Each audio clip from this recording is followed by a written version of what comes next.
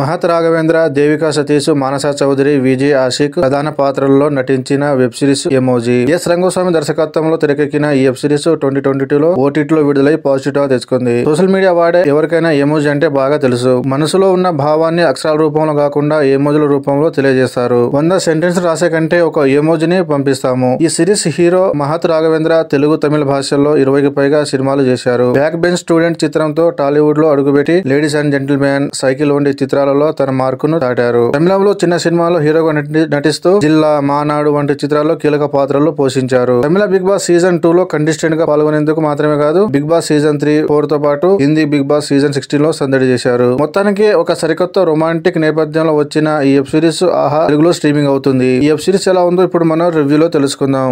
ముందుగా ఈ web series కథ విషయానికి వస్తే, మహత్ రాఘవేంద్ర మరియు దేవికా సతీష్ ఇద్దరు భార్యాభర్తలు. కొన్ని కారణాల వల్ల విడాకులు తీసుకోవాలని కోర్టులో కేసు వేస్తారు. ఈ కేసు తుది దశకు చేరుకుంటుంది. ఆ తర్వాత మహత్ రాఘవేంద్ర జీవితంలోకి మరొక అమ్మాయి వస్తుంది. కానీ అదే సమయంలో అతనితో విడిపోయిన ప్రియురాలు మళ్ళీ అతని జీవితంలోకి వస్తుంది. మొత్తం 7 ఎపిసోడ్ల ఈ సిరీస్ గతం యొక్క స్మృతులను పునరుద్ధరించే ఫ్లాష్ బ్యాక్ల ద్వారా వారి అనుభవాలను పంచుకుంటుంది. ఈ కథలో వారు పరస్పర అంగీకారంతో కలిసి జీవించారా లేక విడిపోయారా, ఈ సిరీస్ చూసి తెలుసుకోవాల్సిందే. ఎలా ఉందంటే, ఎమోజీలు ఆధునిక సంబంధాలపై ఒక ప్రత్యేకమైన దృష్టికోణాన్ని అందిస్తున్నాయి. ముఖ్యంగా ఈ తరం జంటలు ఎలా సంబంధాలను తెంచుకుంటున్నారో ఈ క్రమంలో వాస్తవికతను చూపించే క్రమంలో మొదటి 3 ఎపిసోడ్లు పూర్తిగా గందరగోళంలో ఉంటాయి. యూత్ కి తగ్గట్టు బోల్డ్ గా చూపించడం నిర్మాతల ఉద్దేశం అయినప్పటికీ దానిని ఆడంబరంగా చూపించడం ద్వారా విఫలమవుతున్నారు. ముగింపు కూడా కొంత అర్ధరహితంగా అనిపిస్తుంది. ఈ సిరీస్ టీనేజర్లు మరియు యువతకు మంచి అనుభూతిని ఇచ్చేలా ప్రయత్నించినప్పటికీ ఎమోజీ అనే టైటిల్ కి తగ్గట్టు సినిమాలో ఏమీ లేదు. మనం చూసే సంబంధాల్లో భావోద్వేగాల ప్రభావం చాలా తక్కువగా ఉంటుంది.